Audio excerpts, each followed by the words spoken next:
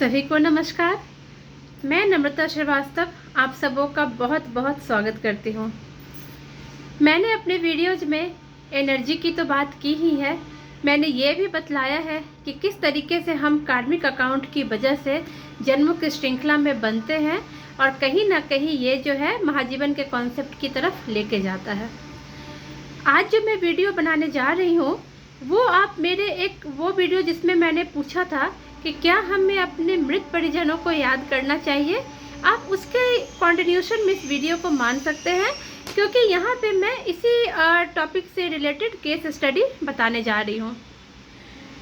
तो मेरा आज का जो केस स्टडी है ये मैं डॉक्टर माइकल न्यूटन की बुक से लेके आई हूँ, जिसमें उन्होंने एक आदमी के बारे में बतलाया है जो शिकागो में रहता है और शिकागो की गलियों में उसका हार्ट अटैक की वजह से अचानक से डेथ हो जाती है।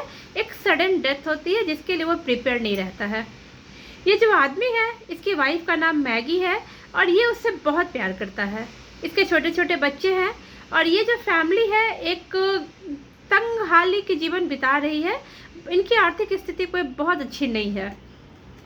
अब क्या होता है, चूंकि इसकी डेथ सडन हुई है तो ये अपनी मृत्यु के लिए तैयार नहीं रहता है। और अगर इस तरह की जो भी डेथ जो सडन होते हैं, कम उम्र में होते हैं, वहाँ पे होती है कि वो जो आत्मा होती है वो वाकई में इसके लिए तैयार नहीं होती है, उन्हें थोड़ा समय लगता है। सेम चीज़ यहाँ इनके साथ हुआ है। जब इनकी डेथ हुई है तो इनको एक बादलों के पार एक बहुत खूबसूरत नगरी नज़र आ रही है, जो बर्फ़ की कहते हैं भवन कह लीजिए, वो दिख रही है, जो बहुत खूबसूरत है, बहुत बड़ा है, बहुत चमकीला है, बहुत खूबसूरत है और वहाँ पे उसकी कोई सीमा नहीं है। वो बहुत विशालकाय भवन इनको दिख रहा है, चमकीला है और एक मतलब जो मन की शांति के लिए जो कुछ होनी चाहिए हर चीज़ वहाँ पर है। इसके बावजूद भी ये वहाँ पे शांति फील नहीं कर पा रहा है, इसको बिल्कुल अच्छा नहीं लग रहा है, क्योंकि इसका ध्यान पृथ्वी लोक पे अपनी वाइफ मैगी और अपने बच्चों पर है। इसे बार बार लग रहा है कि मैं उन लोगों को छोड़ के आ गया, मेरे बिना उनका गुजारा कैसे होगा, कौन उनको देखेगा, और इसी चिंता में वो डूबा हुआ है। तभी इसको इसकी मार्गदर्शक मिलती हैं और मैंने बतलाया है कि हम सबके मार्गदर्शक होते हैं, गाइडिंग एंजल होते हैं, जो हमें लाइफ को आगे ले जाने में गाइड करते हैं। तो जब वो इनको मिलती है तो ये थोड़ा सा उनके ऊपर क्रोधित भी रहते हैं और कहते हैं कि आपने ये होने से रोका क्यों नहीं है, आपने मेरी मृत्यु क्यों होने दी, क्योंकि ये खुद ही अपनी मृत्यु को एक्सेप्ट नहीं कर पा रहे हैं। तो वहाँ पे क्या है कि ये इस तरीके से उनसे बोलते हैं, तो वो गाइडिंग एंजल इनको समझाती है, कूल करने की कोशिश करती हैं, लेकिन ये नहीं मानते हैं, क्योंकि ये बोल रहे हैं कि मैं बिल्कुल चिंता में डूबा हुआ हूँ कि मेरे बाद मेरे परिवार का क्या होगा, वो तो मेरे बिना रह ही नहीं सकते, ये सारी चीज़ें। ये मार्गदर्शक को ये भी बोलते हैं कि आपने पहले तो हमने इतनी तंगहाली में जीवन बिताई और अब आपने मुझे मेरी पत्नी से अलग ही कर दिया, इतना कष्ट वाला जीवन क्यों दिया आपने।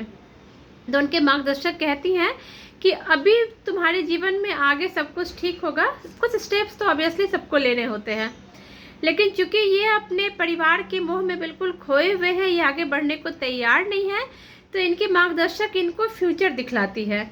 वो समय की गति को आगे ले जाती हैं और इनको फ्यूचर दिखलाती हैं, जहाँ पर इनको दिखता है कि इनकी जो फैमिली है, इनकी वाइफ, इनके बच्चे इनके डेथ को एक्सेप्ट कर चुके होते हैं, वो मान चुके होते हैं कि अब वो इनके बीच नहीं रहे और अब इन्हें उनके बिना ही जीवन बितानी है।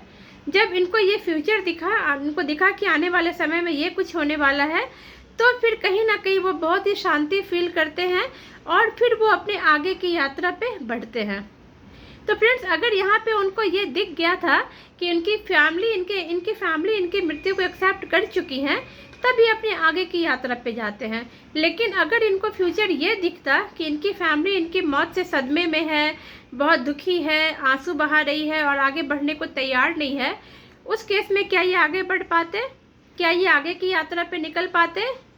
कभी नहीं निकल पाते, क्योंकि इनका ध्यान वहीं अटका रहता। और इसका जिक्र मैंने अपने पिछले वीडियो में भी किया है।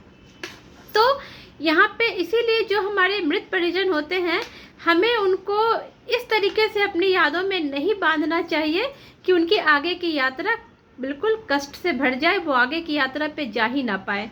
उन्हें याद कीजिए, लेकिन उनको नमन करते हुए, उनको ये बोलते हुए कि हमारे अब तक की जो हमारे मतलब लाइफ रही हमारी एक साथ की, जो हमारा जीवन साथ का बीता, वो बहुत ही अच्छा था। और अब आप यहाँ की चिंता बिल्कुल छोड़िए और आप अपने आगे की मंजिल के लिए, आगे के जीवन के लिए तैयार होइए, आगे के रास्ते पे आप निकलिए। उनको अच्छे से ये शब्द हमें देने होंगे और बिल्कुल भी उन्हें याद करके आंसू बहाने से कुछ भी नहीं होने वाला है।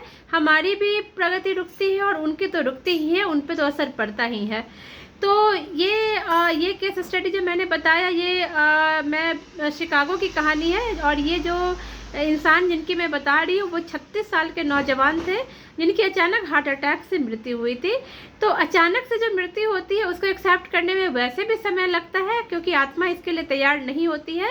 हाँ, अगर लंबी बीमारी के बाद हो तो शायद कहीं ना कहीं आत्मा प्रिपेयर हो जाती है, बट अचानक की मृत्यु जहाँ होती है वहाँ पे आत्मा को खुद ही बहुत कष्ट होता है। तो वहाँ पे हमें उन्हें बिल्कुल अपनी यादों में नहीं बांधना है और उनको अच्छे मैसेज देना है ताकि वो आगे की यात्रा पे निकल सके। Thank you so much, friends. Thank you.